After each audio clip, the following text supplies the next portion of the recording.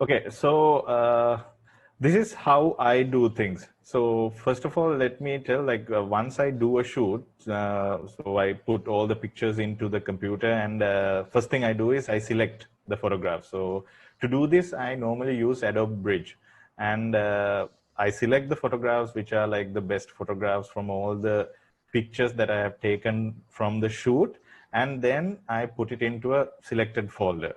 So from there only I start my proceedings. So already I have selected some photographs here, selected photographs. Then only I fire up Lightroom. So here I have the Lightroom with me.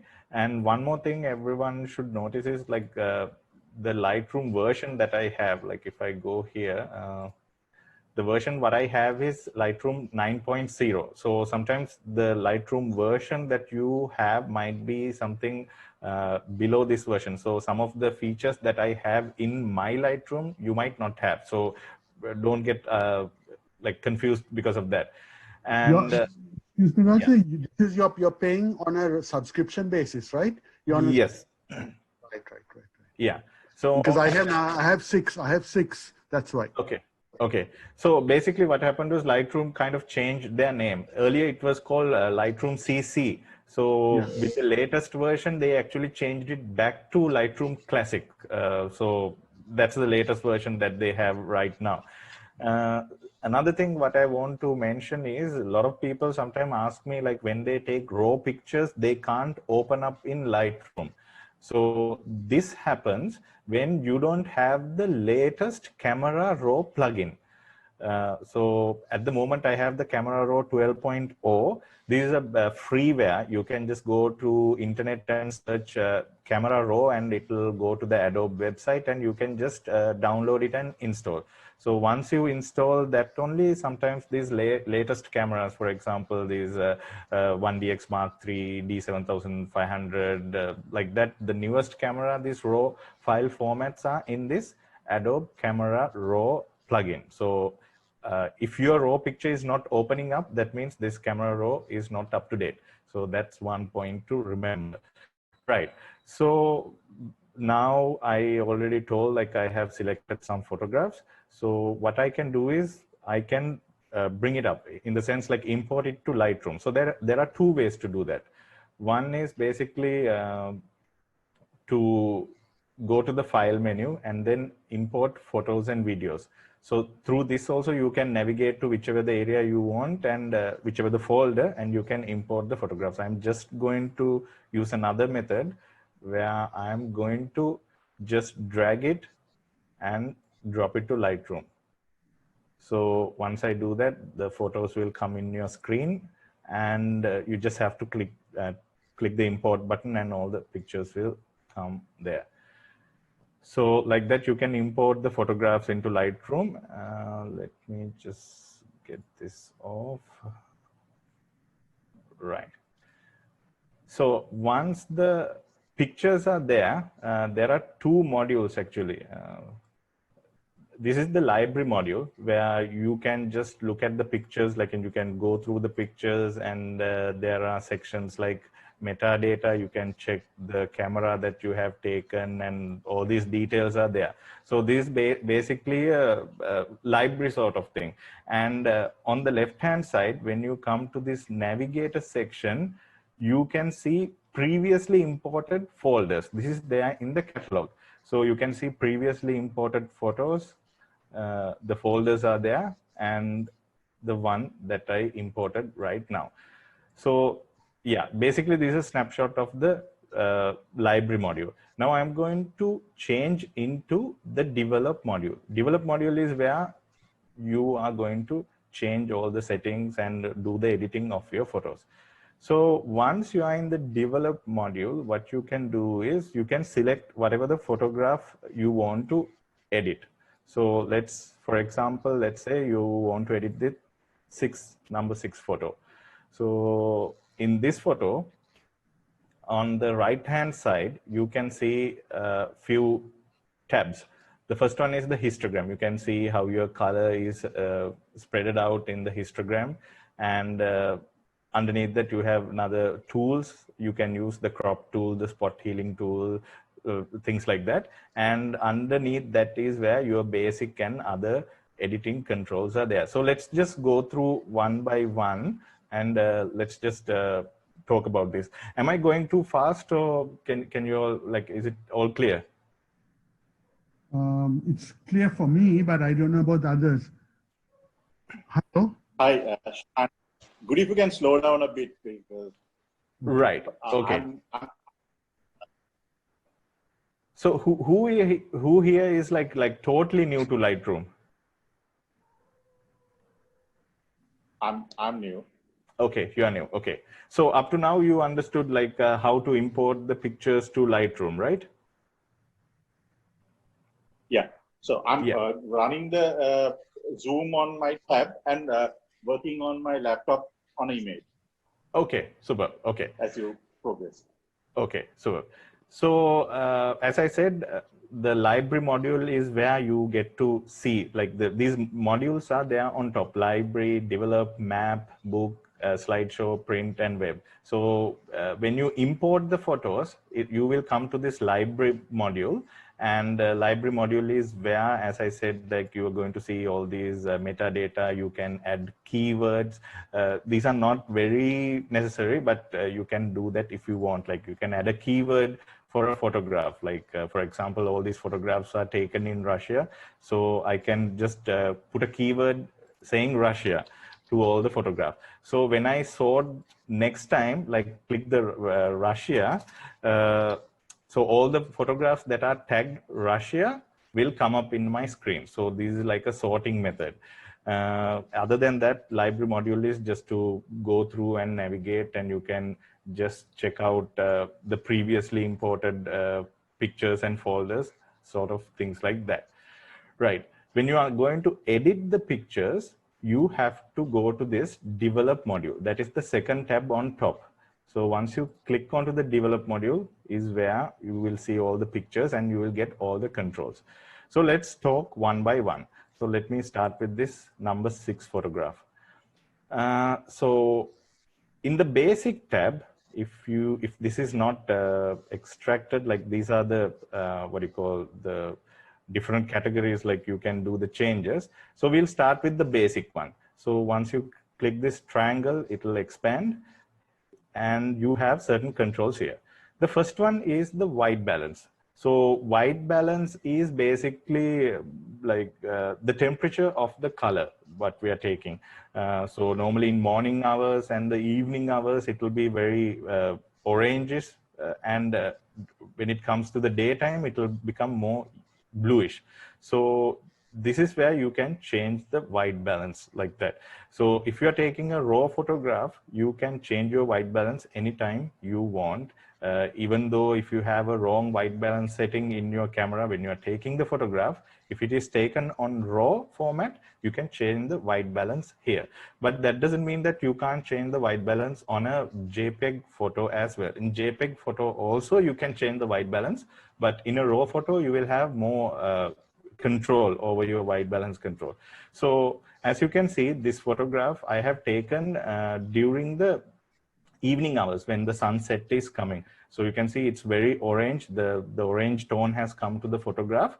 But at the time I took this photograph, it was very cold. This environment is very cold. It was like Celsius 5 Celsius like that. So it was very cold.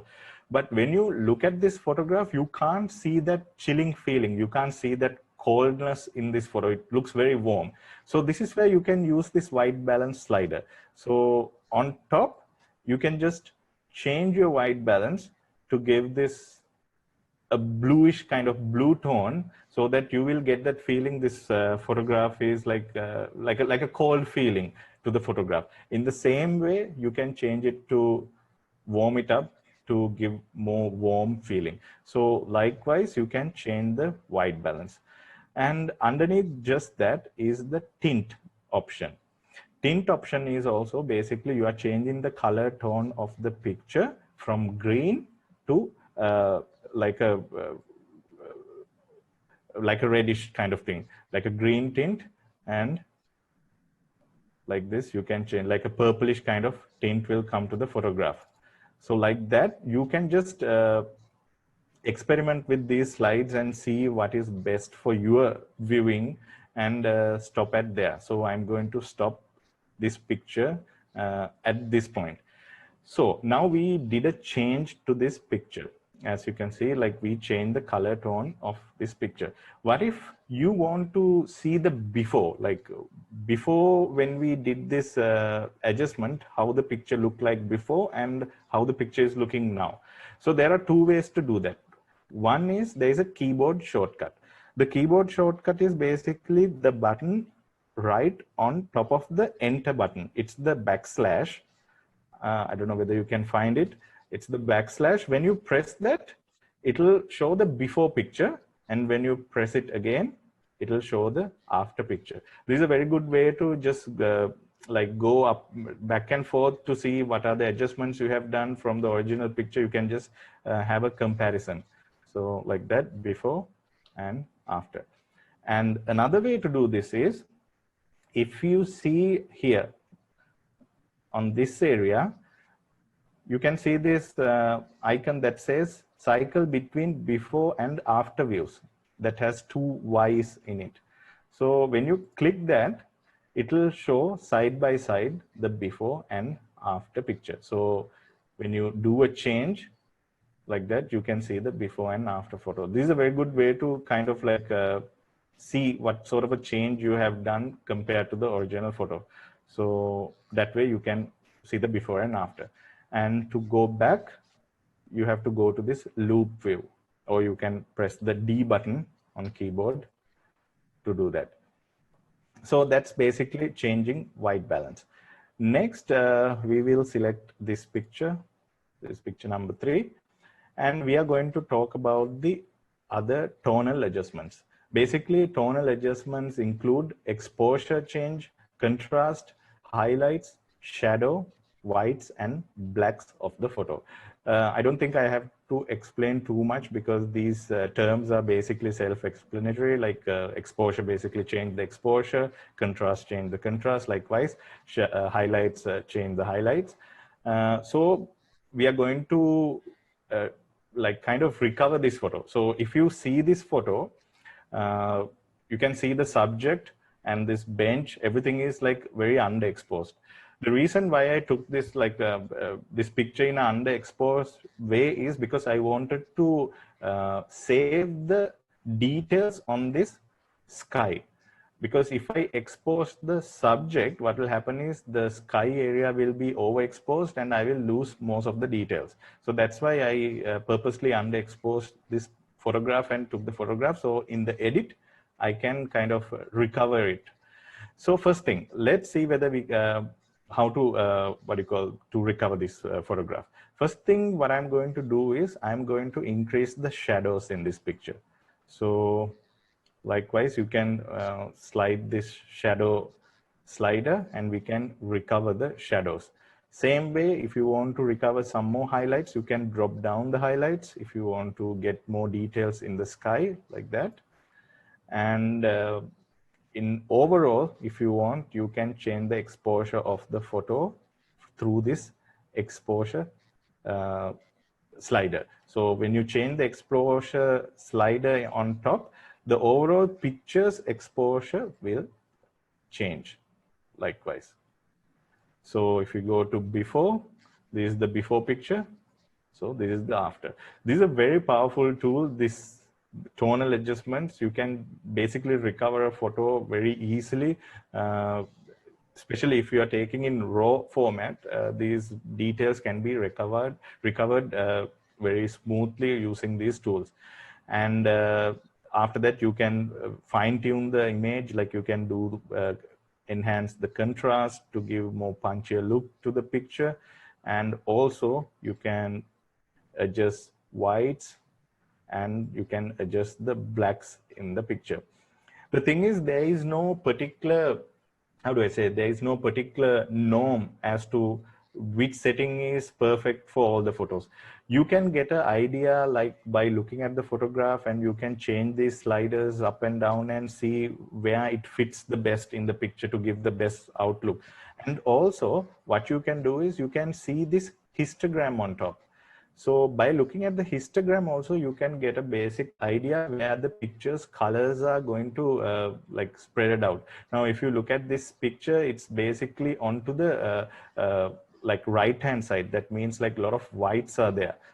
It's like a kind of a bright picture.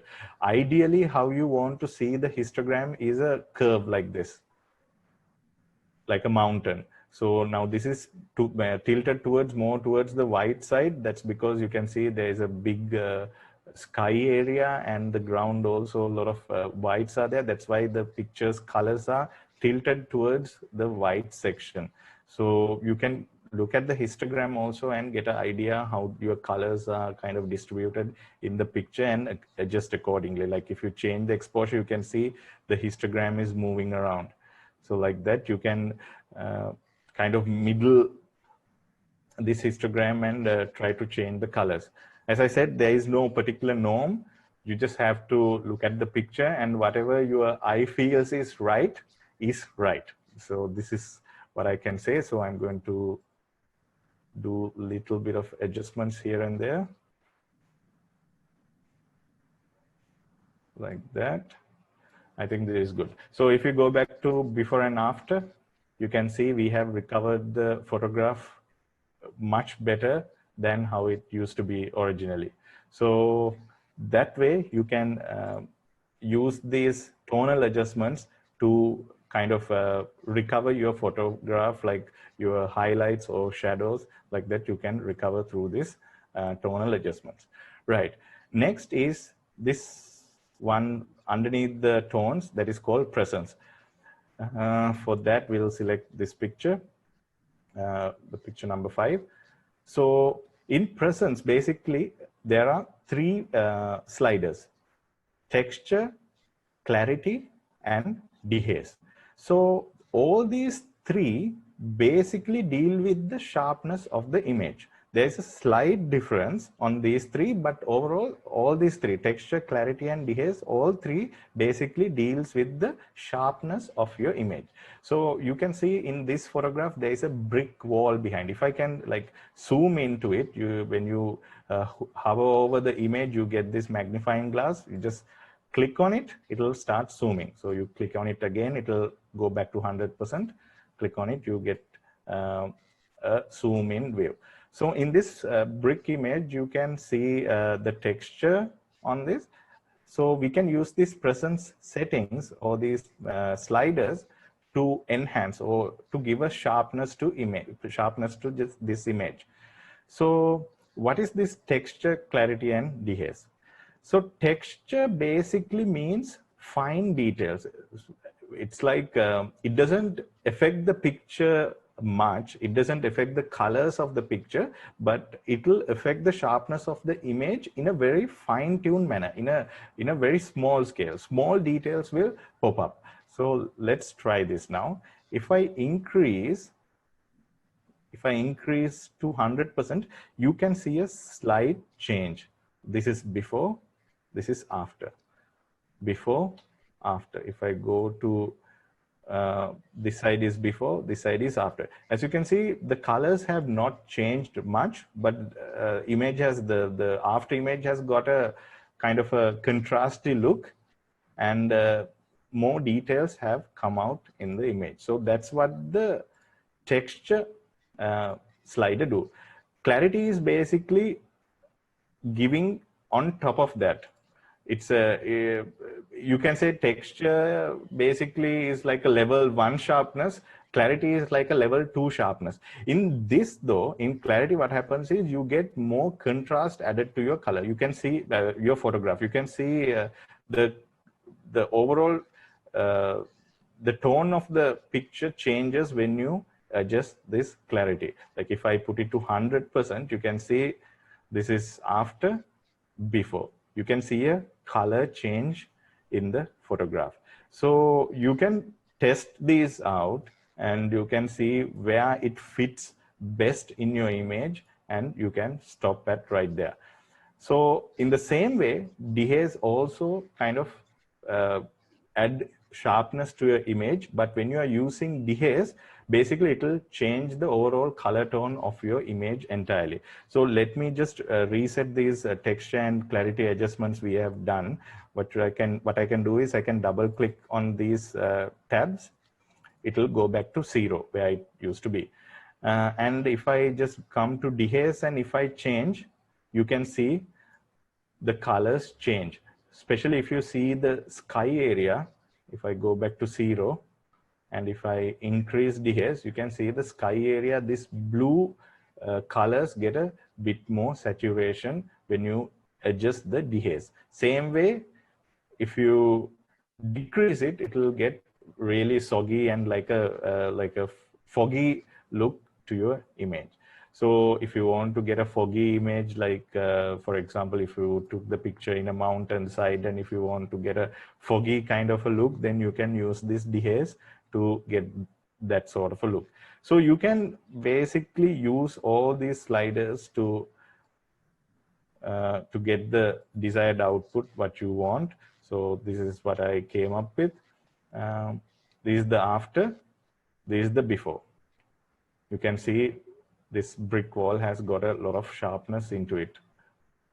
After and before, like that. You can do changes through these sliders. And underneath that is where vibrance and saturation is. So to talk about that, let's just select this picture. This is also in Russia, one of the pictures I took. So vibrance basically mean, vibrance and saturation basically does the same thing, but little bit different. So vibrance mean when you increase or decrease vibrance, basically let's talk about increasing vibrance.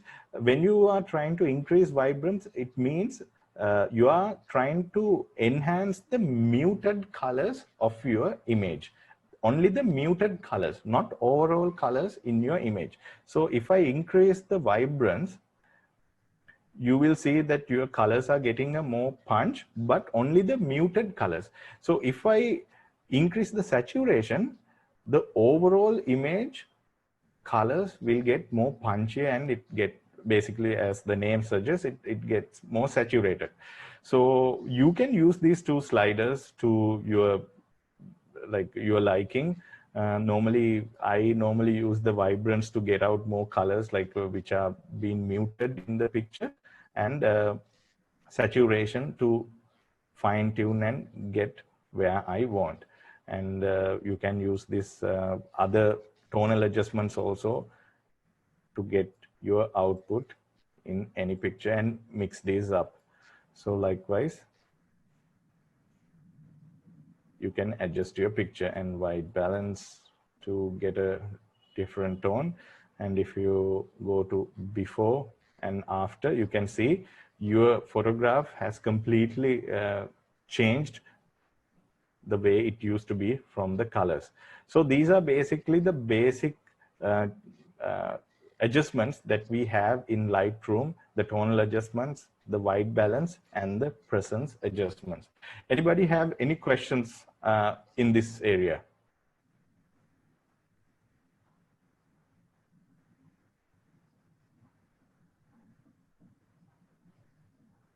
Hello, is everyone there? Hello. Yeah, Hello. if anyone have questions, you can ask on this area what we have explained so far. Hello, Rudy. Hi. Hi, Mr. Iran. Yeah, we have got 11 participants. Yes, 11, yes. Any questions? Everybody is muted their mic, I think. Yeah, I think they're just... yes, they don't have any questions, yes. Yeah, that's good. So that means everybody understood? Or understood, yes. Yeah, no one understood anything, so either one. Yeah, so let's... in a good way. Let's hope so, let's hope so. Yeah. So, right, let's move on. so we were talking about the basic adjustments, what the Lightroom can do. One more thing I forgot to mention previously. So let's go back to this image where we did the white balance change. So once you do adjustment, let's say like you did a lot of adjustments and you want to go back to the way that how the image, the original image used to be. So you can basically do that by this button here, this reset button. So once you press it, all the adjustments you did will just go away and it will go back to the original image, how it used to be. So that's one thing to remember, because sometimes when you are doing so many adjustments and after some time you you want to go back to the way things it was. So when that happens, you can just use this reset button and go back to the way it was. One thing I wanted to mention was there is this white balance selector tool. So one thing, you can change the white balance through this slider. Also, you can use this white balance selector tool to give a specific location or a point of in your image to get the white balance correctly. For example, let's take this image here. So you can basically click this white balance selector tool and you can pick up an area, where the image color is white, black or gray. So it will accordingly adjust automatically the white balance of the picture to you. For example, if I'm taking this area, because I know for a fact this building, this part was white. So if I click here, so like that, it will adjust the white balance according to that. So it's a very easy way to get the correct white balance in your picture, where you just have to select the area. For example, again, we'll come to this image. In this image, you can see this, she's wearing this t-shirt and this t-shirt has white stripes. So you can select the white balance selector tool and click on this area and it'll automatically adjust the white balance in the picture. So that's another way to adjust the white balance using this white balance selector tool.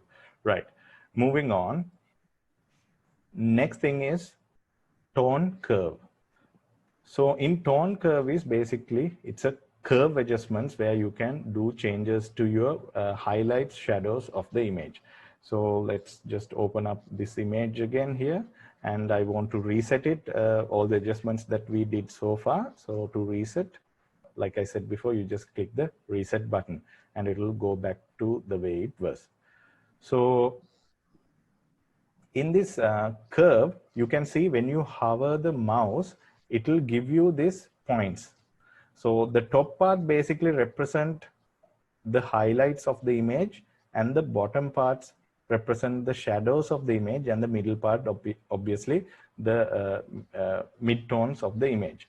So you can click on any point of this curve and drag up and down like this to make an adjustment to that specific area like this. These are the shadows. I'm just pulling up the shadows and highlights like that, and also the mid-tones of the image. So like that, you can adjust your image using this curve adjustment. And also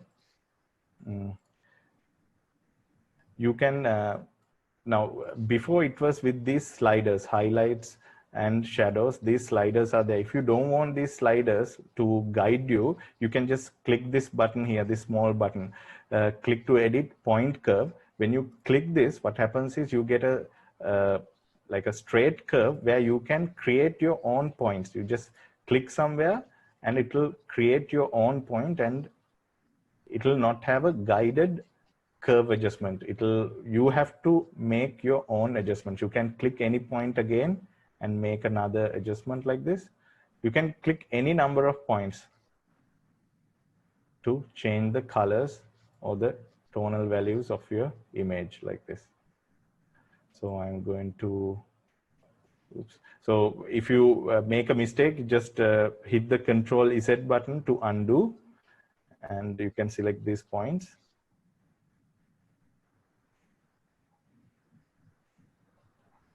Like that.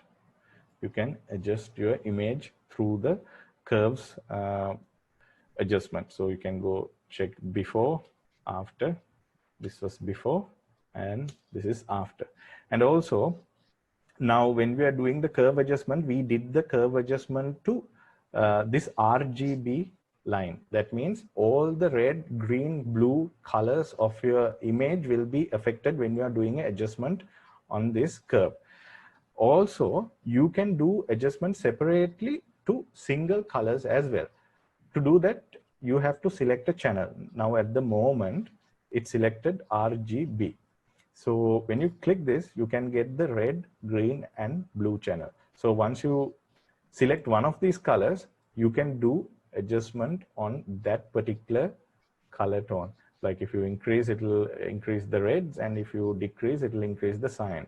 Like that, you can adjust all your color channels separately, red, green, and blue. So like that, you can experiment with it. You can use this curve adjustment tool to kind of bring up colors, enhance the shadows, and decrease the highlights, all that work, or else change the black point of your image like this, or the white point. So a lot of things you can do through this curves adjustment. If the thing is in a S, if it's like an S, that's when you've got a really good exposure, right? You've made a good adjustment. It's like a So yeah, normally the S curve is where we say like something like this, but it all depends on the image that you are editing. Some images can be overexposed, so that it all depends how the image look like. Normally there are a lot of presets and S curve like this. Now, but as you can see, if I put a S curve here, it doesn't suit very much to this image, but I have to invert the S here a little bit, like this way. So it all depends on the image that you are editing with. True. Yeah. So like that, you can use these tone curves to adjust your image. Right. Let's move on to another one. Let's select this image. The next one is the HSL adjustments. HSL adjustment is basically where you can change the hue, saturation, and the luminance of your colors. So this is basically to change the colors of your image. So at the moment we are seeing the hue adjustments, the saturation is here, and the luminance is here. You can see all three of them. You just have to click this all button here so that you can see all three underneath each other. So what is this hue, saturation, and luminance? Hue is basically you are going to change a particular color. For example, if you are looking at this image, you can see a lot of bean bags, like cozy bags. Let's take this red color one. So if you go to this red channel here on top, and if you change it, you can see the color of the red changes. It becomes purple, and on this side, it becomes sort of like a orangey color. So from hue, basically what you are doing is changing the color of a particular color. That means if you change the hue of red, the red color basically change according to that. And same way, you can change the other colors as well. For example, let's use this blue one. If you change, you can see all the blue colors that are there in the image changes to purple and to a light green kind of thing. So from hue, you can change the colors of a image. So all the colors that are there in that image in that particular area will change according to what you are adjusting. Saturation is basically the intensity of the color. So you are not basically changing the color. So for example, if you use this red color again, if you increase it, you are basically increasing the intensity of the red color. And if you decrease it, basically it becomes a black and white image. It becomes black or gray. There is no color involved in that. So like that, you can change the intensity of the colors using the saturation in this HSL adjustments to individual colors for your liking. So if you change the blue, the blues will increase in your image. The same way you can adjust any number of colors, like green, you can increase the green or decrease, yellows, like that you can change. Let me reset all this once again. And so that's the hue. Hue is where you are changing the color completely, and saturation is where you are changing the intensity of a color. And luminous is where you are kind of changing the brightness of the color. So for this example, again, if we take the red one, if you increase the luminance, you can see the brightness of this red area increases. Same way, if you decrease the luminance, the brightness of the reds will get darkened. So that way you can change a particular color in your image, the brightness of the color in your image using this luminance value. This is very useful, especially for example, even if you are taking this image, if you want to brighten up the sky, you can use this blue slider to brighten your sky or darken your sky without affecting the other colors in your image. So like that, you can use these HSL sliders to change the colors in your image. I hope everyone is clear up to now in this area. Hello, everybody's okay? Yes, we are clear. Yeah, Right. good. Great. If there's any questions whatsoever, just disturb and let me know so that we can write on there. We can just discuss about that. Sure. Okay. So that is HSL. Since we are in HSL sliders, we will talk about how to convert an image to black and white as well. So to convert an image into black and white, Lightroom has different ways. First thing is you can go up to your basic adjustments, and once you go down to this saturation, your main saturation bar, you can just make the saturation -100 and your picture becomes black and white. That's one way. Or else, as we talked in this HSL sliders underneath, HSL sliders, if you turn off all these colors also, your image becomes black and white.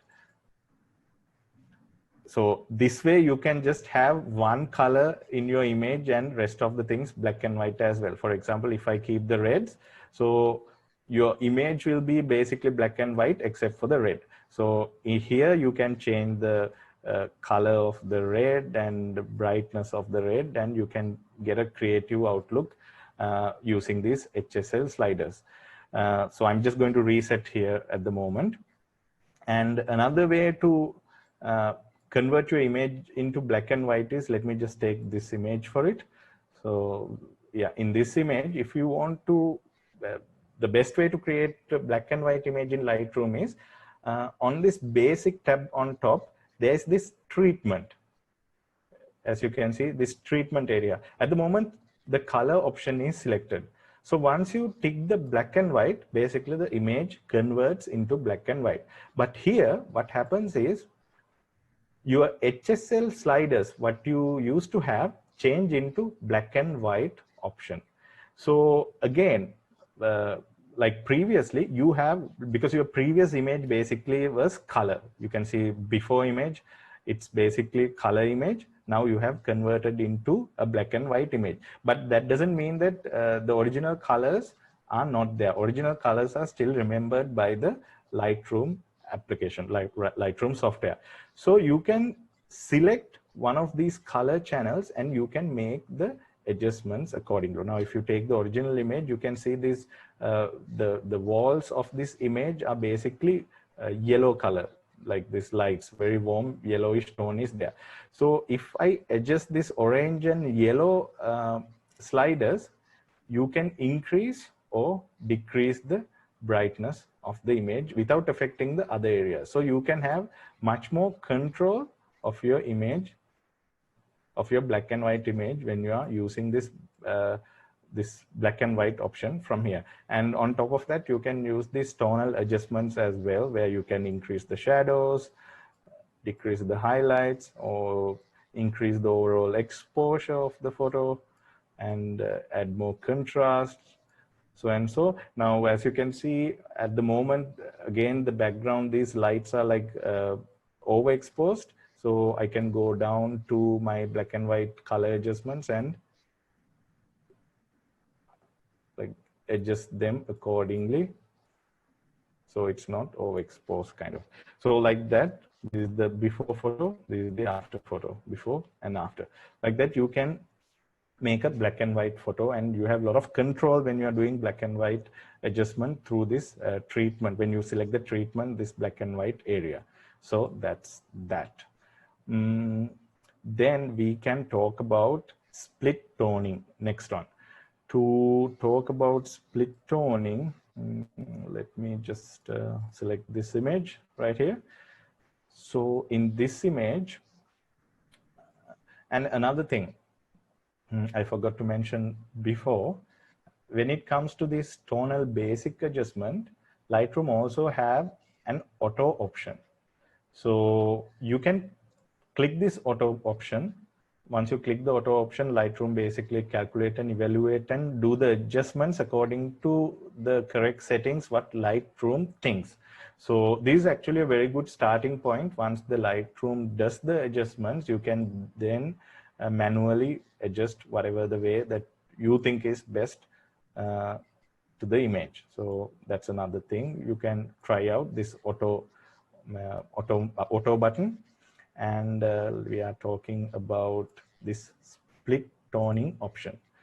So what is split toning option? Split toning option is basically a way to colorize your image, like give a color tone kind of thing. As you, like if you're taking pictures to Instagram and all, like underneath you will have different color options like vintage, different color options like that.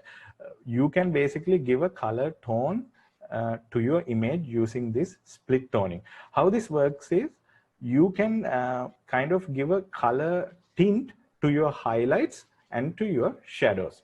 So we have highlights on top and shadows on bottom. So we can just experiment. Now at the moment, it's on the red side. So you can just select a color for your highlights and then increase the saturation of this highlight. I'm just going to go to the extreme end so that you can see the difference in the picture.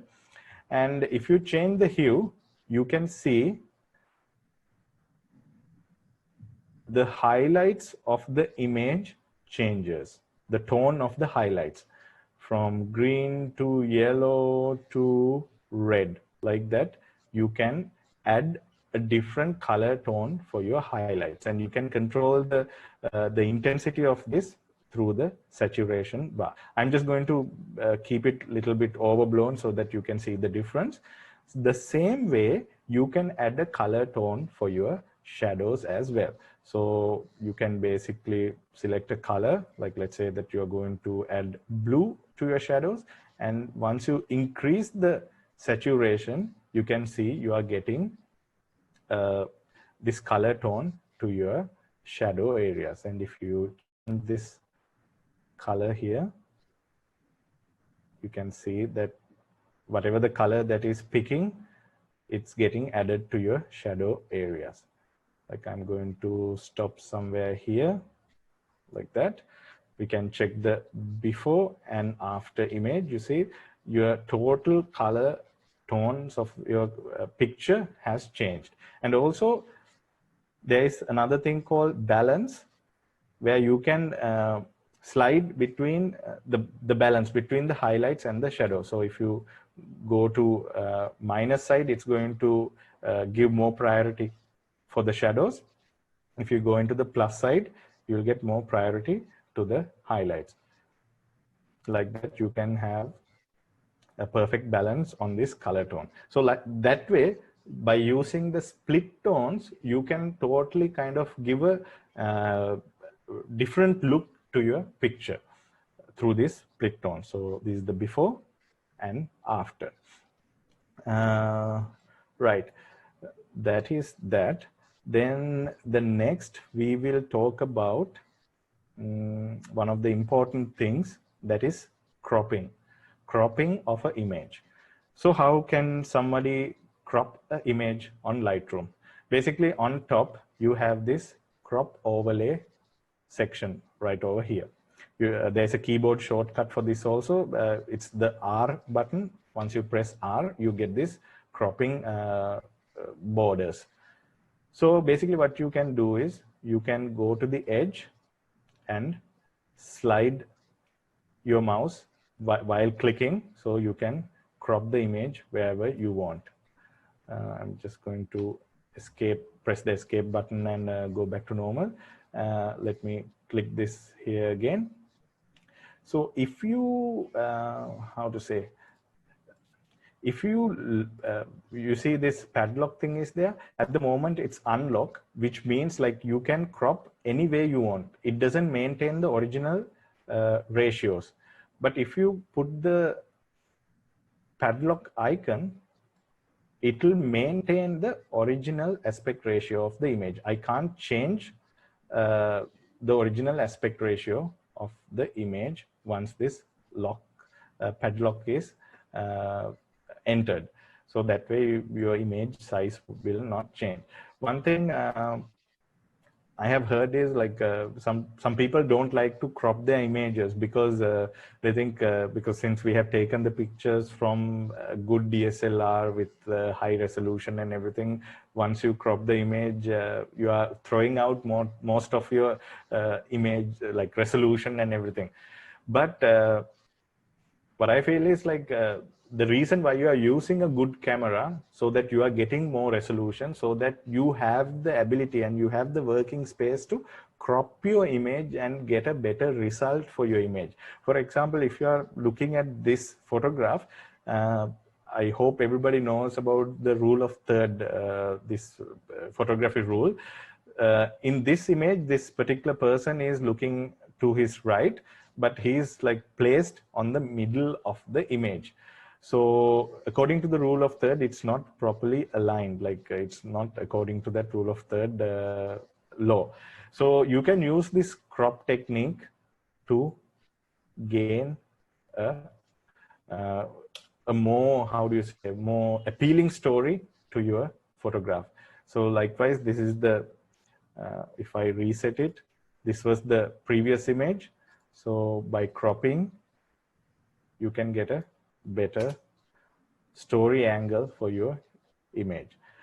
And the same way, let me just reset this once again.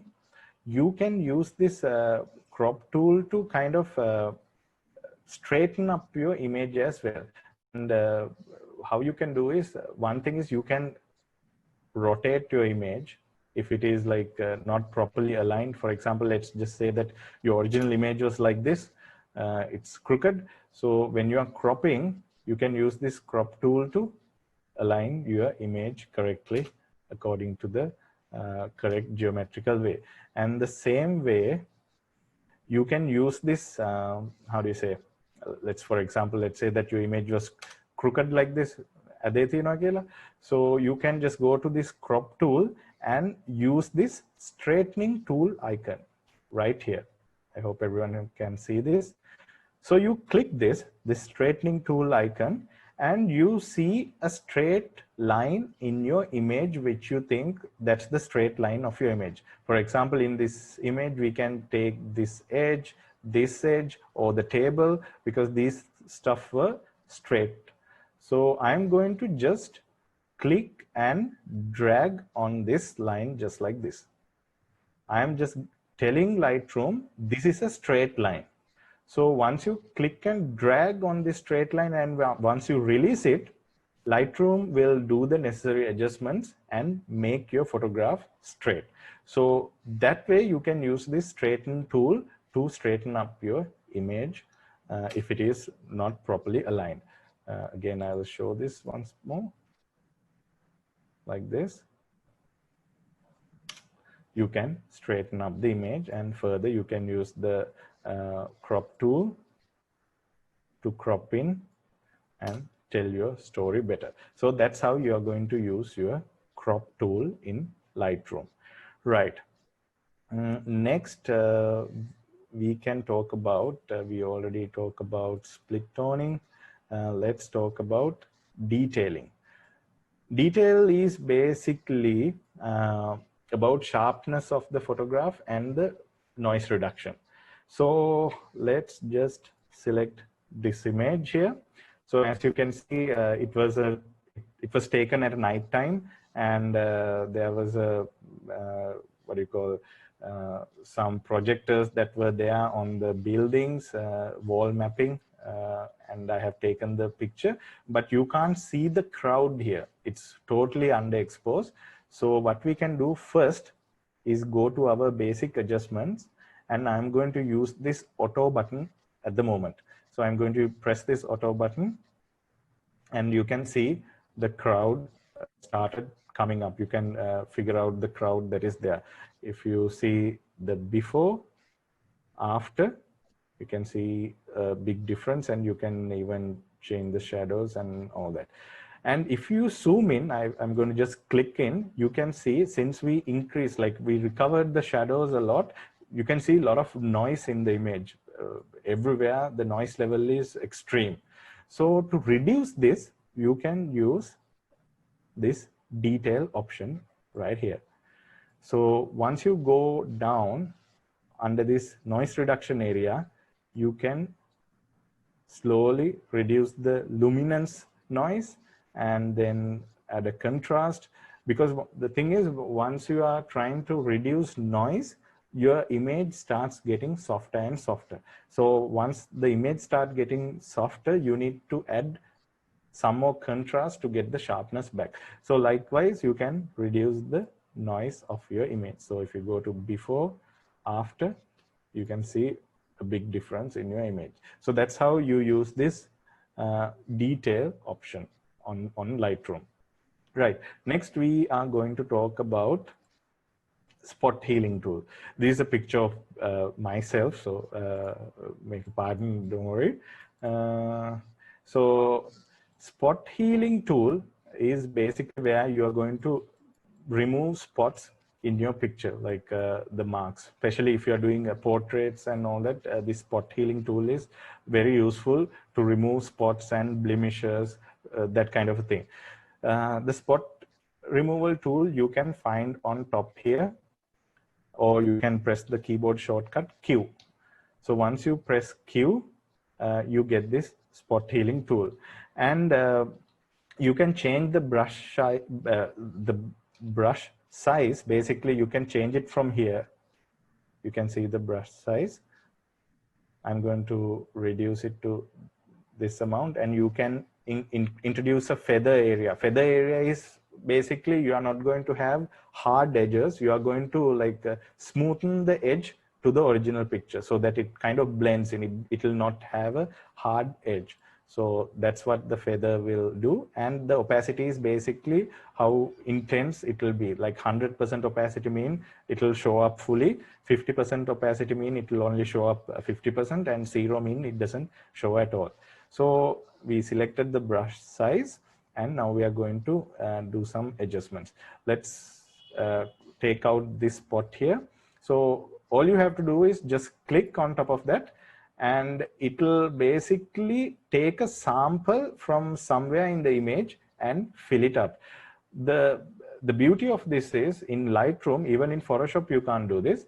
You can actually pick the area where that spot heal will sample from. So this is the area that we kind of wanted to heal, and this is the sample area it's picking. So you can change this sample area where you want to get the sample from anywhere. Like ideally it should be somewhere close to the area that we originally selected. Like this, you can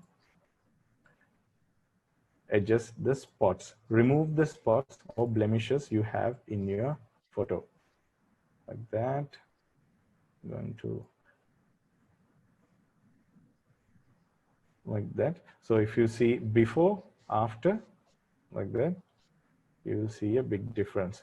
And if you want to get from one place to another place, you just hold the space bar in your keyboard. Once you hold the space bar, your mouse icon will change to a hand, and you can just click and drag into any location where you want to go. So like that, you can just use the spot healing tool to remove spots in a face and to clear up your face marks or like that. Even like, for example, I have a gray hair here, so I can make it black through the spot healing tool. Right, so that's how the spot healing tool works. Oops, it went to black and white. Yeah, so that way you can kind of clean up an image or a portrait that you are taking. Next, I'm going to talk about quickly this adjustment brush. Right here on top, you can see something like a brush. So once you click it, basically you will get what you call a brush. So you can increase or decrease the brush size here. Basically, you have the keyboard shortcut, this bracket. It's the two buttons on top of the enter, the left bracket and the right square bracket. So when you press the left square bracket, the brush size reduces. And if you press the right square bracket, the brush size increases.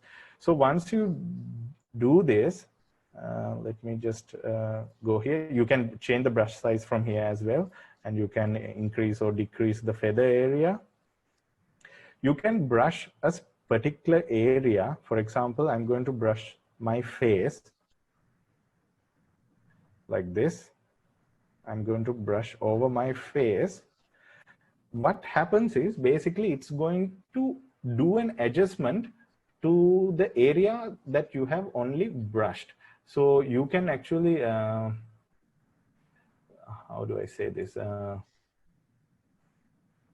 When you go to the top, like you have already selected this area, and when you change your exposure like this, only to the area that you have brushed, this change will apply.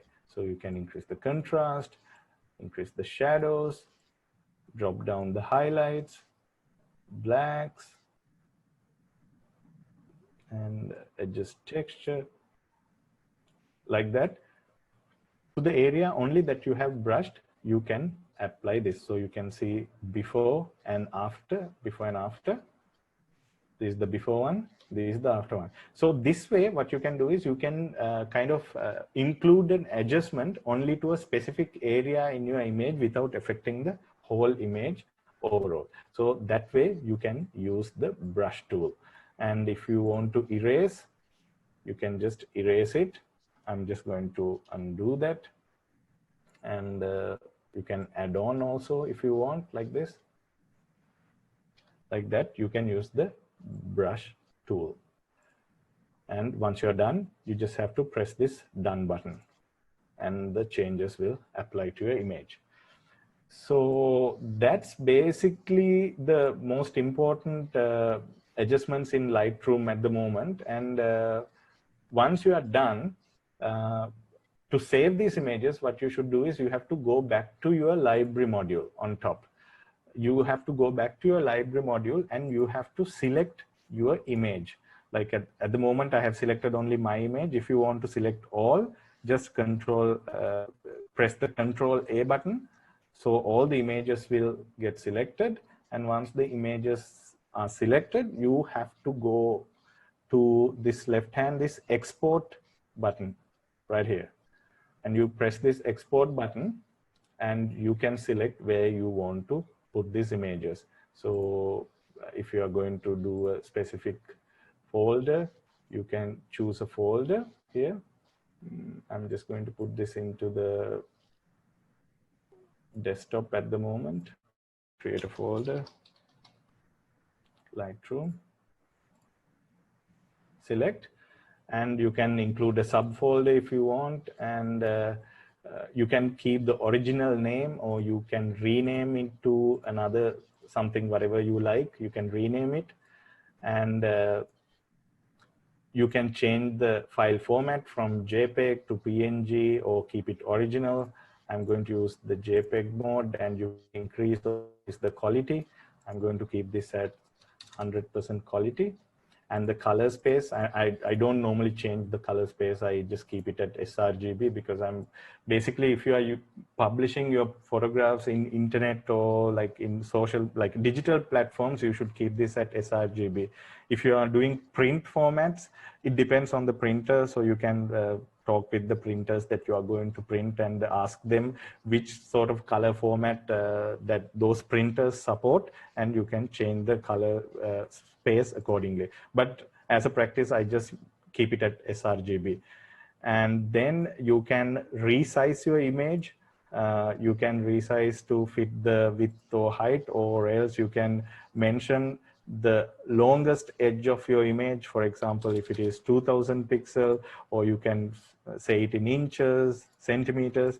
So anything you like. I'm not going to resize this, so I'm going to just untick this, and you can sharpen the image like that. There are a lot of settings here, and once you select all the settings, you just have to click the export button, so that Lightroom will apply all these adjustments and export these images to the folder that you have selected. So once this export is done, let's go to the desktop and Lightroom. Here you will see all the images that we changed and made adjustments for. So those are basically the basic adjustment features that Lightroom have, and using this you can add a lot of value to your photograph, because Lightroom is something, it's a basic software any photographer must know. Basically, Lightroom is the photographer's software, and Photoshop is also known as the sorcerer's software, because Photoshop can be used to manipulate pictures and do a lot of things, but in Lightroom you can't do that stuff. Only thing that you can do is something like cropping or spot removal, that sort of thing, but everything else is basically to do with adjusting your colors, increasing shadows, decreasing highlights, and giving a color tone, basically playing with colors. So that's what you can do with Lightroom. So I've been talking for almost 1 hour, I think now. So if you all have any questions, you can ask me now. Question, this camera raw also is very much like Lightroom, no? Camera raw, you mean like Photoshop in Photoshop? Camera raw, yes. So camera raw is, so Lightroom is a separate software, Photoshop is a separate software, but camera raw is actually a plugin. So this plugin basically works with both Photoshop and Lightroom. But it's a separate entity. It doesn't, camera raw doesn't include inside the Lightroom or in Photoshop. It's a separate entity from these two. Okay. No, because like, for example, if you were to post a raw image, program opens up called Camera Raw that has almost all these settings. Yeah. And so do that, and then you can go directly to Photoshop. I guess that is. Yeah. So another way how you can look at it is basically, let's say camera raw is like a language. So let's say Lightroom can speak Sinhalese, Tamil, and English. If a new camera comes with the language, the raw language of, let's say, French, you have to install the latest camera raw plugin. Otherwise, the Lightroom software can't read this language. So that's basically what the camera raw is doing. Yeah. Any other questions?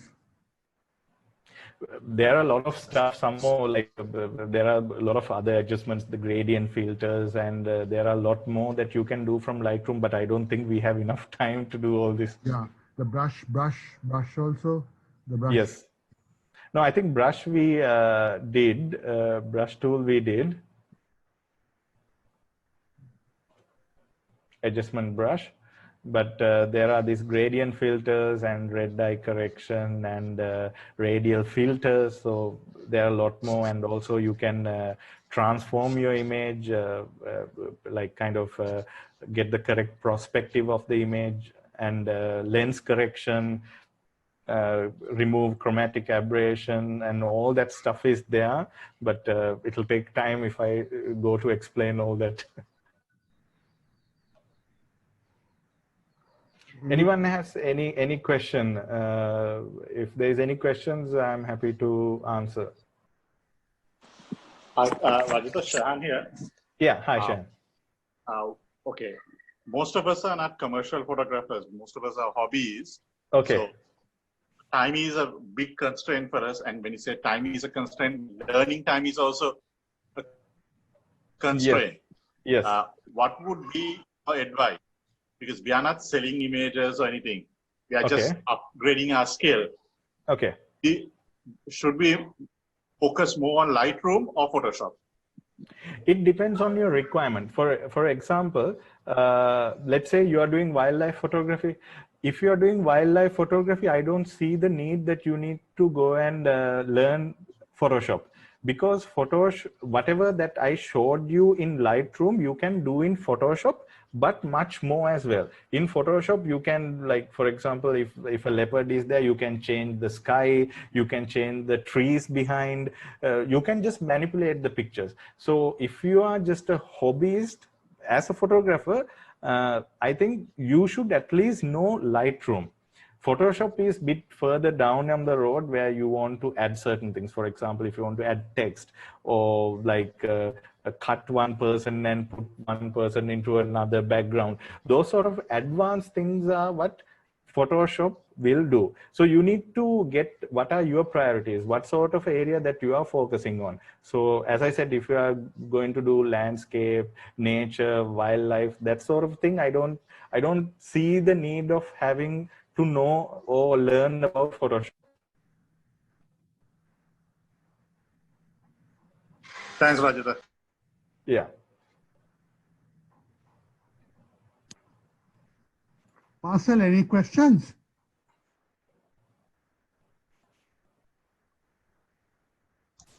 Thanks for asking. No more questions. I normally use Photoshop, but this is very nice, way to, like he said, landscapes, wildlife, and all that. Yeah. You can use Lightroom, which is much easier and quicker to And one more thing. Sorry, I sorry to cut in. One more very powerful thing in Lightroom when it compares to Photoshop. Photoshop, basically, if you want to edit a photo, you have to edit photos one by one. One by one, you have to edit. But in Lightroom, there's a trick. For example, let's say there are a lot of pictures here. I select this picture. I'm just going to show you this first picture I'm selecting, and let's say I'm going to make this black and white just for this example. Okay, I'm just making this black and white, and let's say I want to, and let's just say I am increasing the shadows and decreasing the highlights. So these are the settings that I dialed in through Lightroom to this picture. Let's say, for example, I want to apply this same adjustment to all my pictures, to all the pictures. In Photoshop, basically, you have to do this one by one. One by one, you have to open the picture and do the adjustment. But in Lightroom, what you should do is just click the original picture you made the adjustment, and then go to the last picture where you want the adjustment to go. Hold the Shift button in the keyboard and click that last picture, so that all your pictures will get selected. Once it gets selected, you just have to press this sync button, this button right here. Once you press this sync button, it will apply all these adjustments which you have dialed into your original picture. And once you hit this synchronize button, all the pictures will convert. You will see all the pictures will convert. So you don't have to dial in separately one by one to a sequence of photos. So that's another powerful thing in Lightroom, which will save a lot of time when you are like editing a lot of pictures in the same scenario.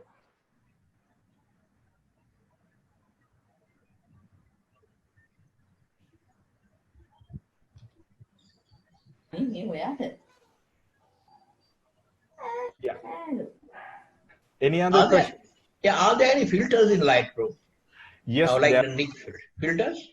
Yes, there are filters. Actually, when you go to the develop module, I actually forgot to tell about that because I was concentrating on the manual adjustments. So let's just say, okay, let's just take a picture. Let's just take this picture. So on the develop module, on the side, you will see these presets on the left-hand side. In Lightroom, when you install Lightroom itself, there are presets that come out with Lightroom. And also you can download third party. There are lots and lots of presets that is there out there on the internet. You can just download and install. So let's just say these are all the presets. You can see a preview like that. You can apply any preset you like. You can just check what are the presets that you have. For example, like this. So you can just apply a preset. Let's just say I selected this preset, and again, you can dial in your own manual settings, like fine tune the preset from these adjustments manually for your liking again. Right, understood. Thanks. That's it. Any more questions?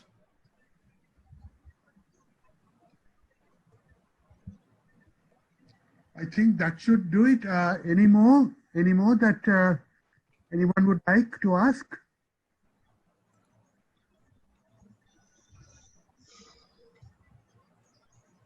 Rohini? Rohini? Rohini, you're still there. Yeah, I'm here. Gan, you're okay? Gan is probably gone. Nobody has fallen asleep. Guys, there. Gan's there, but he's probably gone somewhere. And yeah, my camera is all turned off. Yeah. Okay.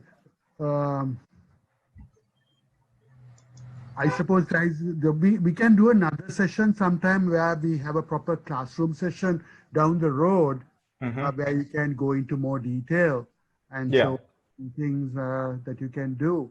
Yeah, because you can also add the Nick collection as well as Lumina, those, and also you can go directly from Lightroom to Photoshop without going through Camera Raw, you know?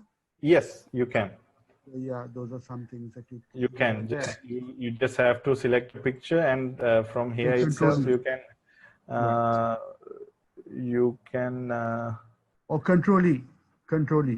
Edit in. You can go to edit in here on top, and if you have third-party plugins, you can open on those, and Photoshop. You can do a lot. Yes.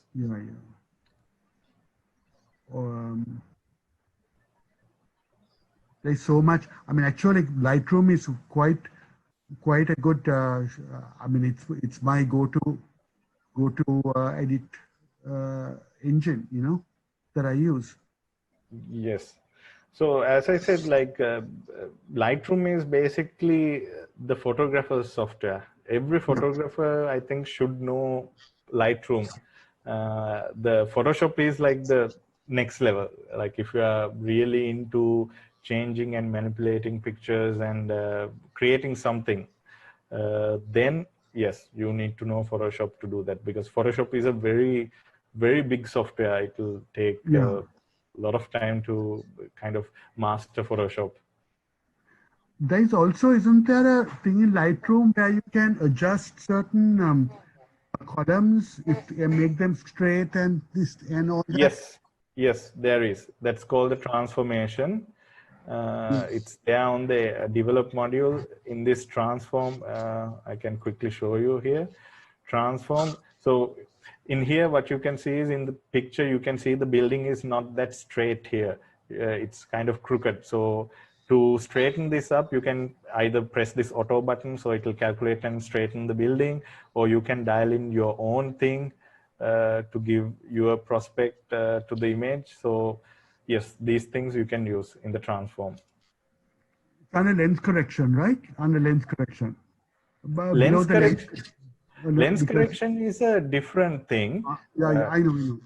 Yeah, so transform is basically once you take the picture, you can transform the picture. Lens correction is basically where, like, because some lenses have this bulb effect and chromatic aberration, kind of those kind of things. So you can enable profile lens correction. As you can see, the image kind of, if I just off this transformation.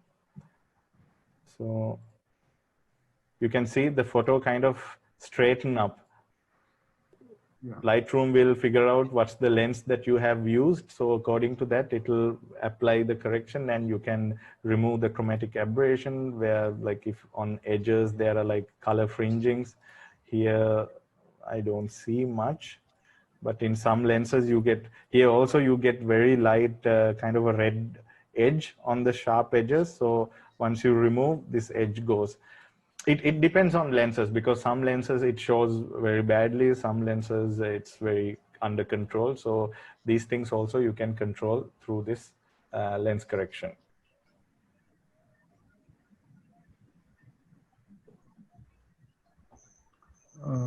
There's also the view mode. There is a dark mode, light mode, where you can see it without any of the panels. I think that's called N, L, or N.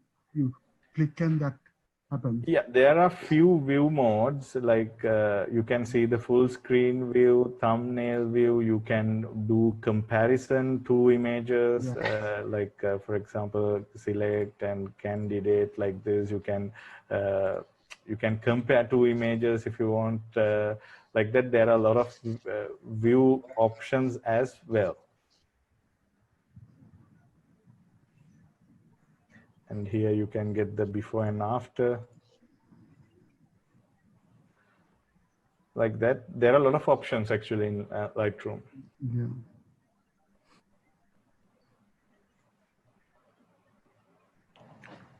Okay, then it's, what do you say, Ruini? Shall we call it a day, or? No questions from any others, eh? Dan, any questions?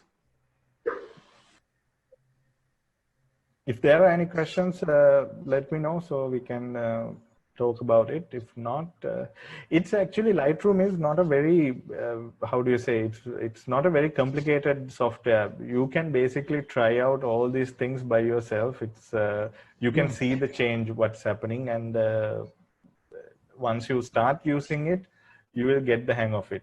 But you have to use it. Then only you will know what this will do, what that slider will do. You have to experiment with it. Don't just stick into one mistake. What I see some people doing is they just do the tonal adjustments only.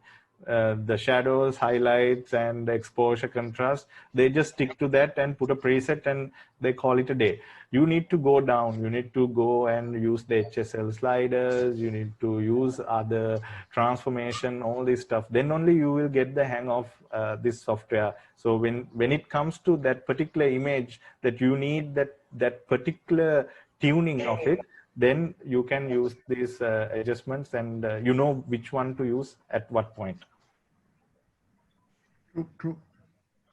It all, I learned it just by watching YouTube videos and playing around, you know? Yes, true. It takes a little effort, but that's how I learned it, yeah. Yes. True. Okay, I think everyone is clear. Yes. They're falling asleep. So. They're falling asleep or something like that. Hi, Rajita. Just to know, thank Rajita and Hiran and Ruini for organizing this program. You're welcome. You're most welcome. Yeah. Right now, looking side by side with images that I have photoshopped, and I've been with what you taught today, does have a drastic change on the image itself. So thanks a lot, and it looks a major time saver. Yes. Yeah. Because the biggest issue is editing photographs. So, and with Lightroom, I think, and the sync function makes it much more easier. So thanks a lot. Very informative and educative program today. Yeah. And thanks, Rajita. No problem. You're welcome. Thank you, Sean. Thank you. No, Thank you.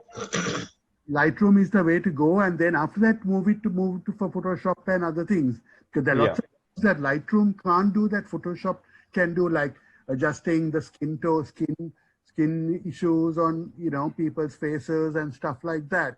Yes. That and then also removing things from the image which Lightroom can't do. Like with content aware and all that. But content aware is basically that spot healing tool where you can use this spot healing tool for a certain extent, but it's not like create layers and do that sort of advanced stuff in Photoshop. True. I'm still learning Photoshop, and I've tried my hard to learn it. But there are some people who have learned it without a problem, So. Okay, thank you so much, Rajita. No problem. Almost 6:30 now, so I think Rohini will call it a day and log off. Okay. Okay. Yeah, Rajita, thank you for taking the time to speak to us. Thank you very much, and thank you for listening to me.